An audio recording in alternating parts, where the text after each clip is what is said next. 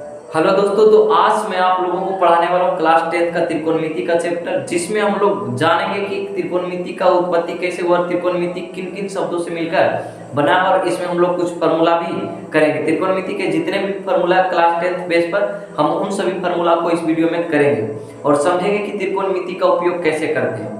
तो इससे पहले कि आप अगर मेरे चैनल पर नए हो तो चैनल को सब्सक्राइब कर लो, वीडियो को अंत तक देखना बिल्कुल भी ना भूलें, क्योंकि यह जो वीडियो है बहुत ही इंटरेस्टिंग होने वाला है। आपको इस वीडियो को देखने के बाद आपको समझ आ जाएगा कि त्रिकोणमिति का उत्पत्ति कहाँ से हुआ, त्रिकोणमिति के पिता किसको कहते हैं और त्रिकोणमिति का डिफिनेशन कैसे बनता है। ये सभी चीजों के बारे में हम इस वीडियो में बताएंगे, तो वीडियो को अंत तक देखना बिल्कुल भी ना भूलें।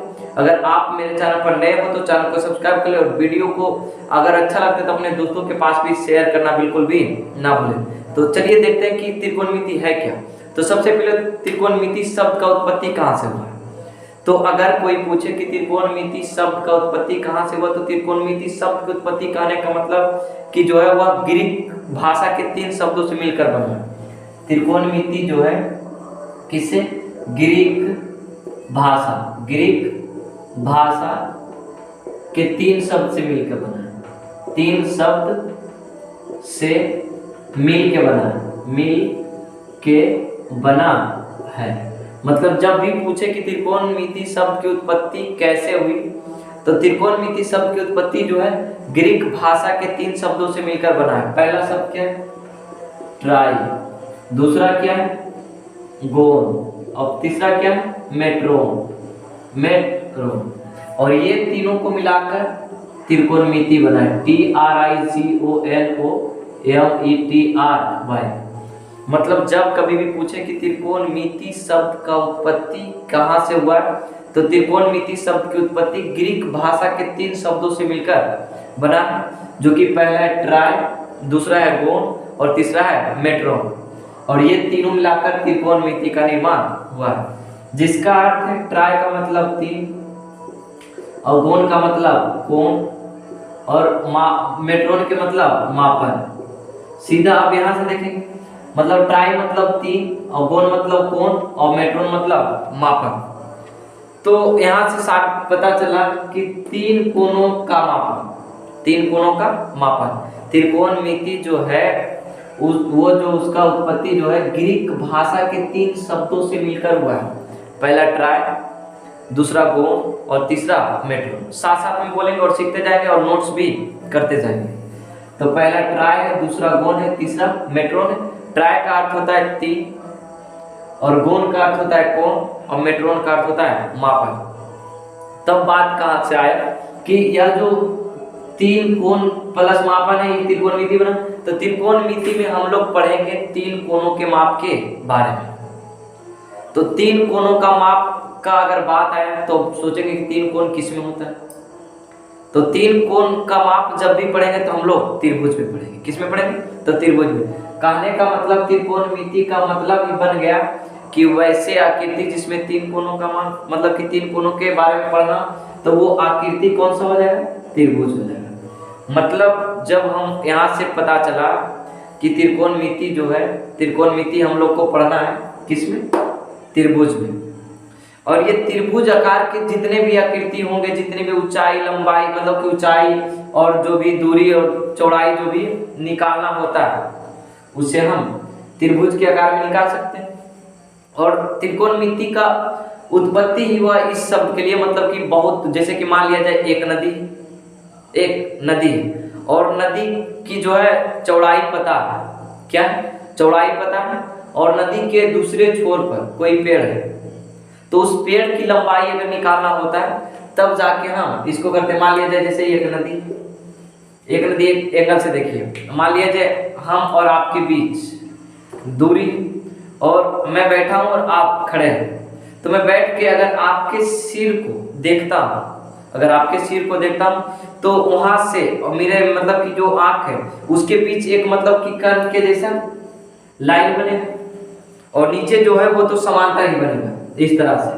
मतलब यहाँ पर मैं बैठा हूँ और यहाँ जो है आप खड़े हैं, तो यहाँ जो आपके सिर है यहाँ से मेरे आंख तक ये जो है इस तरह का रेखा बनेगा, और ये आप खड़ा है तो ये क्या है, सीधा। और हम दोनों के बीच जो ये है ये दूरी। तो कहने का मतलब क्या है कि जब इस तरह से, मतलब कि ये तो छोटा एग्जांपल, अगर मान लिया जाए पेड़ पौधा का बात किया जाए कि कोई दूसरे नदी के दूसरे ओर में है, हम खड़े हैं और दूसरे ओर पेड़ है, तो उस पेड़ की ऊंचाई निकालना है और नदी की चौड़ाई दिया हुआ। तो ये सभी चीजें जो है त्रिकोणमिति के सहारे से हम निकाल सकते हैं। तो त्रिकोणमिति में जो है हम लोग त्रिभुज के बारे में पढ़ेंगे, त्रिभुज संबंधित जितने भी प्रश्न होंगे, मतलब कि किसी की ऊंचाई या किसी की लंबाई, मतलब किसी दो बिंदुओं के बीच की दूरी निकालना, तो उन सभी चीजों को हम लोग त्रिकोणमिति में करेंगे। तो त्रिकोणमिति का डिफिनेशन क्या बन जाएगा, और त्रिकोणमिति का सबसे पहले पिता किसको कहते हैं? तो त्रिकोणमिति का पिता अगर बोला जाए तो हिपार्कस को कहते हैं, हिपार्कस को, हिपार्कस। अगर कोई पूछे आपसे कि त्रिकोणमिति का पिता किसे कहा जाता है, तो हिपार्कस को कहा जाता है। किसे कहा जाता है? हिपार्कस को। तो यहाँ तक तो क्लियर। अब हम डिफिनेशन की ओर जाते हैं। तो डिफिनेशन क्या होगा त्रिकोणमिति के, कि गणित की वैसी शाखा, गणित की वैसी शाखा, नोट्स करते जाएंगे, लिखते जाएंगे, गणित की वैसी शाखा जिसके अंतर्गत त्रिभुज के भुजाओं और कोणों के संबंध के बीच अध्ययन किया जाता है, मतलब कि कोणों के संबंध और भुजाओं और कोणों के बीच संबंध के बारे में अध्ययन किया जाता है, उसी को हम त्रिकोणमिति कहते हैं। ध्यान से, जब किसी त्रिभुज के भुजाओं, मतलब कि गणित की वैसी शाखा जिसमें त्रिभुज के भुजाओं और कोणों के बीच के संबंध के बारे में अध्ययन किया जाता है, उसे हम त्रिकोणमिति कहते हैं। हम डिफिनेशन लिख ही देते हैं, इंग्लिश और हिंदी में डिफिनेशन रहा, it is the branch of mathematics, it is the branch of mathematics, मतलब कि गणित की वैसी शाखा, इन विच, जिसमें deals with the measurement of angle, मतलब कि deals with the measurement of angle, मतलब जिसमें कोणों के बारे में, जिसमें कोणों के बारे में, और of triangles and the problems related to this angles, मतलब कि जिसमें बोल रहा है कि गणित की वैसी शाखा, जैसे इसका हिंदी क्या हो, गणित की वैसी शाखा जिसके अंतर्गत त्रिभुज के भुजाओं तथा कोणों के बीच के संबंध के बारे में अध्ययन किया जाता है, उसे हम त्रिकोणमिति कहते हैं। यह डिफिनेशन था। और इसमें जो है मुख्यतः हम लोग को किस त्रिभुज के बारे में पढ़ना है, तो इसमें मुख्य रूप से समकोण त्रिभुज के बारे में पढ़ना है। त्रिकोणमिति में हम लोग को कौन से त्रिभुज के बारे में पढ़ना है, तो समकोण त्रिभुज के बारे में। कौन से त्रिभुज के बारे में? समकोण त्रिभुज के बारे में हम लोगों को पढ़ना है। तो अब जैसे कि मान लिया जाए, अब यहाँ देखेंगे कि अब समकोण त्रिभुज में कुछ कौन से भुजा को क्या कहा जाता है, इसके बारे में सीखते हैं। तो जैसे ये जो है समकोण त्रिभुज, यानी कि यहाँ पर जो है एक कोण समकोण बना है, यानी कि 90 डिग्री का कोण। कितना डिग्री? जैसे ये 90 डिग्री का कोण हुआ। अगर हम इस कोण से चलते हैं, कोण अगर सी को लेते हैं तब लंब कौन हो जाएगा, और कोण ए को अगर लेते हैं तब लंब जो है कौन होगा, और आधार कौन होगा, इसको सीखते हैं। तो अगर हम कोण सी के लिए चलते हैं, लिखेंगे फॉर कोण सी, मतलब कोण सी के लिए, कोण सी के लिए अगर चलते हैं तो जो कोण लेंगे उसके सामने वाली भुजा जो होगा वह लंब होगा। क्या होगा? लंब। जो मतलब कि जो कोण लेते हैं उसके सामने वाली भुजा को हम लंब कहते हैं। तो यानी कि कोण सी के लिए लंब कौन सा हो गया? ए बी जो हो गया लंब हो गया, और जो ए बी हो गया लंब, तो इसके जो सामने मतलब कि यह जो भुजा है वो हो गया आधार। और ये तो कर्ण है, ये कभी चेंज नहीं होता है, ये कर्ण हमेशा सेम रहता है। ये लंब और आधार में हमेशा अदला बदली हो सकता है। जैसे कोण सी लिए, तो कोण सी जो लिए उसके सामने वाली भुजा लंब कहलाए, और उसके जो सम्मुख है वो आधार है। अब अगर हम कोण सी के लिए तो ए बी बराबर क्या हो गया? लंब। अब बी सी बराबर क्या हो गया? आधार। और ए सी बराबर क्या है? कर्ण। ये तो कभी चेंज नहीं होता है। तो लंब को हम क्या कहते हैं इसमें? Perpendicular, PRPENDICULAR। और दूसरा आधार है BASE, बेस। और तीसरा क्या है? हाइपोटेनस, मतलब कोण सी के लिए जो है AB लंब हो गया, और BC आधार हो गया, और AC कर्ण हो गया। अब जैसे मान लिया जाए अगर हम कोण एक त्रिभुज इधर बनाते हैं, ठीक है, इसमें जो है ये A है और ये बी है और ये सी है। ये कोण जो है समकोण है। ये कोण क्या है? समकोण। तो अगर हम इसमें कोण ए को लेकर चलते हैं, क्या लेकर चलते हैं? ए को, तो इसके जो सामने वाली भुजा होगा क्या होगा? सामने वाला भुजा लंब कहलाएगा, और जो लंब है लंब के जो सम्मुख होगा वो आधार होगा। तो देखिए यहाँ पर लिखेंगे कोण 4 ये घेर देंगे 4 कोण ए, 4 कोण ए। जैसे क्वेश्चन पूछता है कोण ए दे देता है, कभी कोण सी दे देता है, तो इस तरह से देखेंगे कि अगर जो कोण दिया उसके सामने वाला भुजा लंब कहलाएगा, उसके हिसाब से चलना है। तो इसको ध्यान से देखेंगे। तो ये जो हो गया, अब यहाँ पर लंब हो गया क्या? कोण ए लिए, तो कोण ए के सामने वाला भुजा BC है, तो लंब हो गया BC। आधार हो जाएगा कोण, कर्ण तो चेंज कभी होगा नहीं, और ये हो जाएगा आधार और ये हो जाएगा लंब। तो लंब हो गया BC, आधार हो जाएगा क्या? आधार बराबर AB और फिर कर्ण बराबर AC। यहाँ तक क्लियर? जब कभी भी कोई कोण के बारे में बताया जाए कि कोण C को अगर लेकर चलते हैं या तो A को लेकर चलते हैं, तो कौन सी भुजा लंब होगा और कौन सी भुजा आधार होगा? कर्ण तो कभी चेंज होता नहीं। तो इन सभी चीजों को हम लोग देखते रहेंगे। तो अब इसमें देखेंगे त्रिकोणमितीय अनुपात। त्रिकोणमितीय अनुपात को हम लोग इसमें जो है त्रिकोणमितीय जो भी फंक्शन है वो 6 फंक्शन लेकर चलेंगे, साइन, कॉस, टेन, कॉट और फिर सेक और कोसेक। इसको हम देखेंगे। अब त्रिकोणमितीय अनुपात में चलते हैं और हम जो है कर्ण को P से सूचित करते हैं, कर्ण को H से सूचित करते हैं। किससे? H से सूचित करते हैं, और आधार को B से सूचित करते हैं, और लंब को P से सूचित करते हैं। ये ध्यान रखेंगे। लंब को किससे सूचित करेंगे? लंब बराबर P, आधार कहे तो B, आधार कहे तो B और कर्ण कहे तो H। ये ध्यान में रखेंगे कि लंब को P से और आधार को B से और कर्ण को H से सूचित करेंगे। अब उसके बाद हम लोग चलते त्रिकोणमितीय अनुपात से पहले मैं एक बात और क्लियर करना चाहते हैं। जैसे ये कोई त्रिभुज है, समकोण त्रिभुज है, A है ये और ये B है और ये C है। हम कौन C को लेकर चल रहे हैं? कौन? C को। तो इसके सामने वाला भुजा लंब हो जाएगा, यानी कि इसको हम P से सूचित कर सकते हैं। जैसे हम बताएंगे कि लंब को P से और कर्ण को H से और आधार को B से। जैसे सामने मतलब कौन सी लिए तो उसके सामने वाला भुजा P हो गया, तो ये हो जाएगा आधार। जैसे कि P लंब पता है और कर्ण तो निश्चित है, तो तीसरा भुजा कौन होगा? आधार।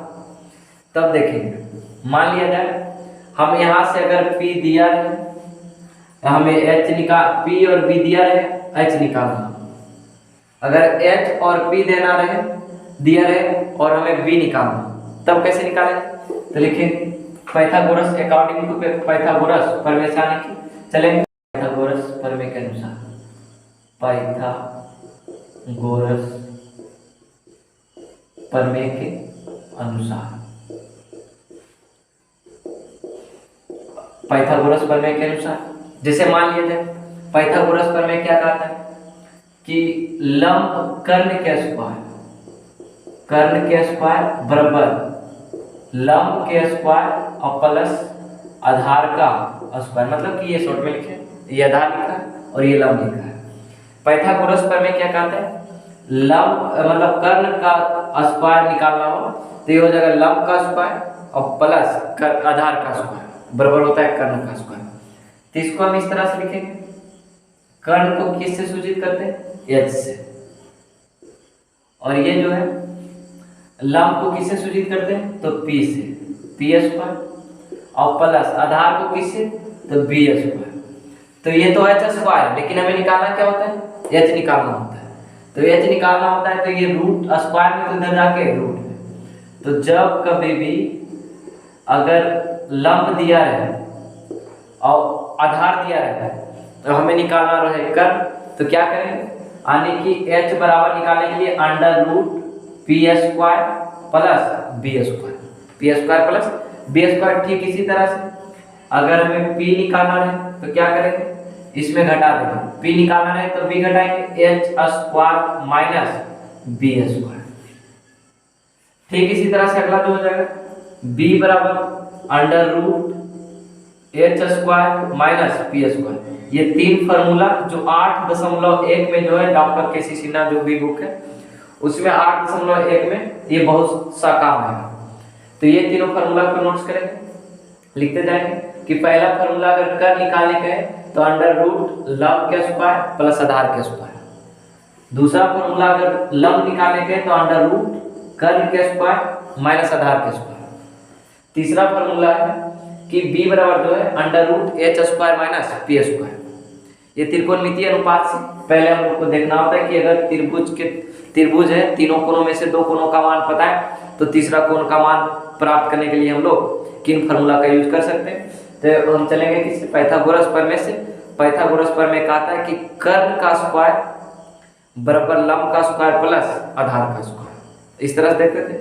अब हम लोग देखेंगे त्रिकोणमितीय अनुपात। त्रिकोणमितीय अनुपात में तो त्रिकोणमितीय अनुपात में हम लोग 6 फंक्शन लेके चलेंगे, साइन, दूसरा कॉस, तीसरा tan, फिर चौथा कॉट, फिर कॉस, फिर सेक, कॉसेक और सेक।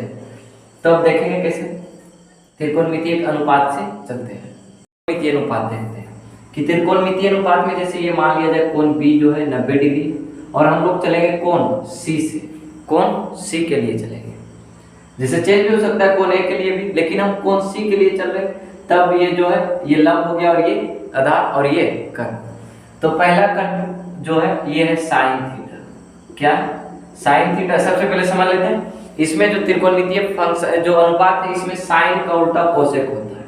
साइन का उल्टा कोसेक होता है, साइन का उल्टा कोसेक होता है। ध्यान से, अगर एक साइन थीटा का उल्टा कोसेक थीटा, ध्यान से। और कोस का उल्टा, कोस थीटा का उल्टा सेक थीटा होता है। क्या होता है? Sec theta. ध्यान से, इसमें त्रिकोणमितीय अनुपात है। अगर ये समझ गए तो 3 का मान याद करेंगे तो 6 का जो है मान याद हो जाएगा। और फिर तीसरा जो है tan थीटा का उल्टा कोट थीटा होता है। क्या होता है? Cot theta. ध्यान से कि जब हम लोग साइन थीटा, जब त्रिकोणमितीय अनुपात पढ़ रहे हैं तो साइन थीटा का उल्टा कोसेक थीटा होता है और कॉस थीटा का उल्टा सेक थीटा होता है और tan थीटा का उल्टा कोट थीटा होता है। अगर इसमें से हम साइन का, कॉस का और tan का मान निकाल देते हैं तो आप खुद ब खुद कोसेक, सेक और कोट का बता देंगे। उल्टा मतलब जो हर होगा वो अंश होगा, जो अंश होगा वो हर होगा। तो साइन थीटा जो होता है वह होता है लंब बटा कर्ल। लंब बटा कर्ल यानी कि लंब क्या है? AB और बटा AC। तो AB बटा AC यानी कि लंब क्या हो गया? P और कर्ल क्या हो गया? H हो गया। तो साइन थीटा का जब त्रिकोणमितीय अनुपात पूछे तो P बटा H क्या होगा? P बटा H। और जब साइन थीटा P बटा H है तो इसका उल्टा होता है कोसेक थीटा। कौन होता है? Cosec theta. तो कोसेक थीटा इसका उलट जाएगा, जो हर में वो अंश में, यानी कि हो जाएगा AC बटा AB यानी कि H बटा P। ध्यान से, साइन का उल्टा कोसेक, कॉस का उल्टा सेक और tan का उल्टा कॉट। तो साइन जब P बटा H है तो कोसेक हो जाएगा H बटा P। साइन अगर P बटा H है त्रिकोणमितीय अनुपात में तो कॉस जाहिर सी बात है H बटा P हो जाएगा। उसी तरह तीसरा फंक्शन अगर कॉस लेते हैं तो कॉस थीटा कोण C के लिए, अगर कॉस थीटा जब कोण C के लिए ले रहे हैं तो इसका हो जाएगा आधार बटा कर्ल। आधार बटा कर्ल यानी कि B बटा H। तो आधार कितना है? BC और बटा AC यानी कि B बटा H। जब कोस B बटा H है तो उसका उल्टा सेक होता है, तो सेक हो जाएगा सेक थीटा। सेक थीटा बराबर हो जाएगा क्या? उलट जाएगा AC बटा BC और बराबर H बटा B। ध्यान से याद करते जाएंगे। साइन थीटा P बटा H, तो साइन का उल्टा क्या होता है? कोसेक। और कोसेक जब साइन का उल्टा होता है तो P बटा H साइन है तो कोसेक होगा H बटा P। और जब कॉस जो है वो B बटा H है और जबकि कॉस थीटा का जो उल्टा है वह सेक थीटा है तो वो हो जाएगा H बटा B। तो अगला जो है 5वां number tan theta. tan theta क्या होता है? P बटा B यानी कि लंब बटा आधार AB और बटा BC। तो हो जाएगा P बटा B। तो जानते हैं कि tan थीटा का उल्टा cot थीटा होता है, तो tan थीटा P बटा B है, तो cot थीटा क्या होगा B बटा P, उलट जाएगा। तो छठा नंबर cot थीटा अब बराबर हो जाएगा BC बटा AB और बराबर B बटा P।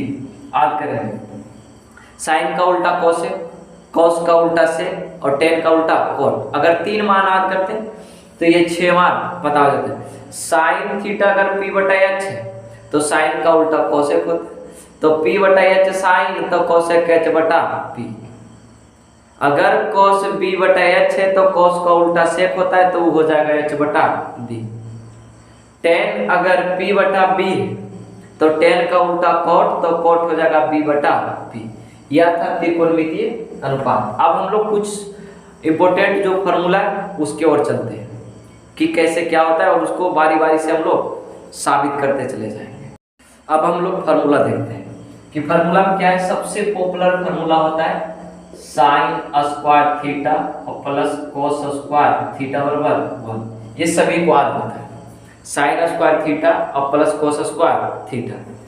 तो इसमें जब ये मान लीजिए कि sign square theta plus cos square theta बराबर 1 होता है, कैसे इसको हम साबित भी कर सकते हैं। तो साबित क्या कर सकते हैं, तो अभी तुरंत हम बताए थे कि साइन स्क्वायर LHS से चलते हैं, LHS बराबर साइन स्क्वायर थीटा और प्लस कोस स्क्वायर थीटा। तो साइन स्क्वायर थीटा यानी कि साइन का मान हम क्या बताए थे त्रिकोणमितीय अनुपात में, तो साइन होता है P बटा H। तो ये हो गया P बटा H का होल स्क्वायर प्लस एक फार्मूला साबित करते हैं, उसके हिसाब से आप हमेशा साबित आने की त्रिकोणमितीय अनुपात लगाकर सब फार्मूला को साबित कर सकते हैं। तो साइन थीटा बताए थे P बटा H, तो P बटा H का whole square plus cos theta क्या बताए थे B बटा H, तो B बटा H का होल स्क्वायर। तो इसका मतलब स्क्वायर मतलब ये दोनों पर पावर, तो ये हो जाएगा P पर पावर 2 और H पर पावर 2 और प्लस B का स्क्वायर प्लस H का स्क्वायर। तो इसमें क्या हो जाएगा कि ये H स्क्वायर जो है एलसीएम हो जाएगा, तो ऊपर बन गया P square plus B square. तो अब यहाँ से करेंगे क्या, तब एक फार्मूला और लिखाए थे पाइथागोरस पर में कि H स्क्वायर बराबर होता है P square plus B square. देखो तो P square plus B square बराबर हम क्या लिख सकते हैं H स्क्वायर, तब इसको लिख सकते हैं H square P square plus B square अब बटा H स्क्वायर। H स्क्वायर से H स्क्वायर खत्म, तो कितना हो गया 1 हो गया। तो हम कोई भी फार्मूला को, जितने भी फार्मूला उसको हम त्रिकोणमितीय अनुपात का जो मान है रेशियो है उसको रखकर हम साबित कर सकते हैं, उसी तरह से साबित करना सब। तो ये देखिए अब यहाँ से हम लोग फार्मूला निकालना सीखे। पहला फार्मूला है sign square theta plus cos square theta बराबर 1। तो इसको हम साइन स्क्वायर थीटा को पकड़ते हैं, तो ये जो है कोस स्क्वायर थीटा को उधर लेकर जाएंगे, तो ये 1 है, ये प्लस में इधर आकर माइनस में कोस स्क्वायर थीटा। ठीक है, इसको हम या तो इस तरह से भी लिख सकते हैं 1 minus cos theta into 1 plus cos theta. जैसे 1 माइनस कोस स्क्वायर थीटा को हम एक बार जोड़कर एक बार घटाकर लिख सकते हैं, क्योंकि हम नहीं कुछ तो इस पर भी पावर 2 लिख सकते हैं, कोई दिक्कत नहीं। मतलब 1 का स्क्वायर माइनस कोस स्क्वायर का थीटा, तो a square minus b square बराबर हो जाएगा a minus b into A plus b। इस तरह से लिख सकते हैं। अब देखिए हम इसको इतना बार लिख सकते हैं। अब ये स्क्वायर में तो इधर जाके रूट में, तो यानी कि साइन थीटा बराबर कॉस के फंक्शन में हो जाएगा 1 माइनस कॉस स्क्वायर थीटा, ये हम लिख सकते हैं। अब यहाँ से ये साइन को पकड़े थे, अब की बार किसको पकड़ेंगे कॉस स्क्वायर को पकड़ते हैं, तो हो जाएगा क्या कॉस स्क्वायर थीटा को इधर रखें तो साइन थीटा को उधर ले जाना होगा, तो 1 है तो 1 ही, ये प्लस में इधर आके माइनस में साइन स्क्वायर थीटा। अब फिर हम इसको लिख सकते हैं इस कंडीशन में 1 minus sine theta into 1 plus sine theta, इसको लिख सकते हैं। ये जैसे एक फॉर्मूला से कितना फॉर्मूला निकाले 1 2 3 4 और 5, अभी एक और निकलेगा cos स्क्वायर थीटा है तो हम इसको cos थीटा में लिख सकते हैं। स्क्वायर में तो उधर जाकर रूट में cos थीटा बराबर under root 1 minus sine square theta. इसको लिख सकते हैं इस तरह से, कोई दिक्कत होने वाला नहीं। ये फार्मूला नंबर 1 था। और हम तीनों का मतलब 3 संबंध लिखेंगे। एक साइन कोस के साथ था, अब सेक और टेन के साथ। एक होता है सेक स्क्वायर थीटा, दूसरा number minus ten square theta बराबर 1। इसको भी आप साबित कर सकते हैं त्रिकोणमितीय अनुपात से। तो हम डायरेक्टली फार्मूला पढ़ सकते हैं। सेक स्क्वायर थीटा को हम इधर पकड़ते हैं तो टेन उधर चल जाएगा, तो माइनस में तो उधर जाकर प्लस में तो हो जाएगा 1 प्लस टेन स्क्वायर थीटा। अब ये देखिए, ये स्क्वायर में तो उधर जाकर रूट में, तो सेक थीटा बराबर under root 1 plus tan square theta. अब क्या हुआ, अब हम सेक को पकड़े थे, अब की बार टेन को उधर लेकर जाएंगे और एक को इधर लेकर आएंगे। तो ये एक हुआ, देखो टेन स्क्वायर थीटा हम उधर लेकर गए, ये माइनस में था तो ये प्लस में, और एक को इधर लाए तो ये प्लस में तो इधर आकर माइनस में, सेक स्क्वायर थीटा माइनस 1। अभी और निकल सकता है, टेन स्क्वायर थीटा है तो हम इसको टेन थीटा करें, टेन थीटा बराबर under root sec square theta minus 1 लिख सकते हैं। अब जैसे दो फंक्शन मतलब कि दो संबंध हो गया, तीसरा संबंध होगा कोसेक और कोट के बीच, कोसेक और कोट के बीच। तो तीसरा संबंध फार्मूला नोट्स करते जाएंगे, कोसेक स्क्वायर थीटा और minus cot square theta, cosec square theta minus cot square theta theta. तो अब क्या करेंगे, बराबर 1 होता है, cosec square theta minus cot square theta और बराबर कितना 1। तब कोसेक को पकड़ेंगे, कोट को उधर लेकर जाएंगे, तो कोसेक स्क्वायर थीटा बराबर 1, ये माइनस में तो उधर जाकर प्लस में कोट स्क्वायर थीटा। अब ये स्क्वायर में तो रूट में कर देंगे, मतलब कि केवल कोसेक थीटा बराबर हो जाएगा under root 1 plus cot square theta. ये कोसेक पकड़े, अब क्या पकड़ेंगे, कोट लेकर चलते हैं। तो कोट में क्या हो जाएगा, तो कोट जैसे कि अब कोट को लेकर गए उधर, कोट स्क्वायर थीटा उधर लेकर गए तो 1 को इधर लाना, तो हो जाएगा कोसेक स्क्वायर थीटा और minus 1, cosec square theta minus 1। तो इसको हम लिख सकते हैं कोट थीटा में, कोट थीटा बराबर cosec theta cosec square theta minus 1 के अंदर रूट, काहे कि स्क्वायर में था तो उधर रूट में। ये 3 फंक्शन था। अब मतलब कि इन सभी फॉर्मूला को हम लोग यूज कहाँ करेंगे, वो जब हम चैप्टर में पढ़ेंगे तब बताएंगे कि यहाँ पर हम इसको इस तरह से लिख सकते हैं, मतलब कि जब कभी भी इस तरह से दिया रहे तो हम इसको डायरेक्ट हिट कर सकते हैं 1, क्या होगा 1, इस तरह से सोल्यूशन कर सकते हैं। ये 3 संबंध था, अब फिर से हम 3 संबंध की ओर लेकर चलते हैं। पहले इतना अगर स्क्रीनशॉट लेना चाहते हैं तो ले लें। आप देखेंगे पहला संबंध क्या है। पहला संबंध हम अपोजिट से लेकर चलेंगे, जैसे कि साइन का उल्टा कोसेक होता है, उसको लेकर चलते हैं। तो sine theta into cosec theta बराबर 1 होता है। साबित करना है तो कर सकते हैं, क्योंकि साइन थीटा का हम p बटा h, और जबकि साइन थीटा का उल्टा कोसेक थीटा होता है तो ये हो जाएगा h बटा p गुने h बटा p। इसको इससे हम काट सकते हैं त्रिकोणमितीय अनुपात, क्योंकि हम ऐसे तो लिख सकते हैं साइन थीटा और इससे जो फार्मूला बनेगा उससे भी साबित कर सकते हैं, लेकिन सबसे पहले आधार क्या है, त्रिकोणमितीय अनुपात है। तो हम त्रिकोणमितीय अनुपात के सहारे से हम लोग साबित कर सकते हैं। तो ये हो गया, तो इस तरह से साबित कर सकते हैं। अब यहाँ से फार्मूला क्या बनने वाला है, तो साइन थीटा को अगर इधर रखेंगे तो कोसेक थीटा गुना में तो उधर जाके भाग दो, तो हम साइन थीटा बराबर लिख सकते हैं 1 बटा कोसेक थीटा। जैसे पहला संबंध लिखे कि साइन थीटा को इधर रखें तो कोसेक थीटा को उधर अगर गुना में तो उधर हम भाग में कर दिए, पहला कंडीशन में। अब दूसरा कंडीशन में क्या करेंगे, कोसेक थीटा को इधर रखेंगे और साइन थीटा को उधर लेकर जाएंगे, तो कोसेक थीटा बराबर क्या हो जाएगा, कोसेक थीटा बराबर हो जाएगा 1 बटा साइन थीटा, 1 बटा साइन थीटा। ये अगर हम लोग याद करते हैं तो जो डिग्री का मान होता है, मतलब कि कोण का जो मान होता है उसको भी हम लोग आसान से सीख जाएंगे। तो हम सबसे पहले इस फॉर्मूले के सहारे से हम लोग चैप्टर नंबर 8.1 जो है उसको कर सकते हैं केसीसी नाम।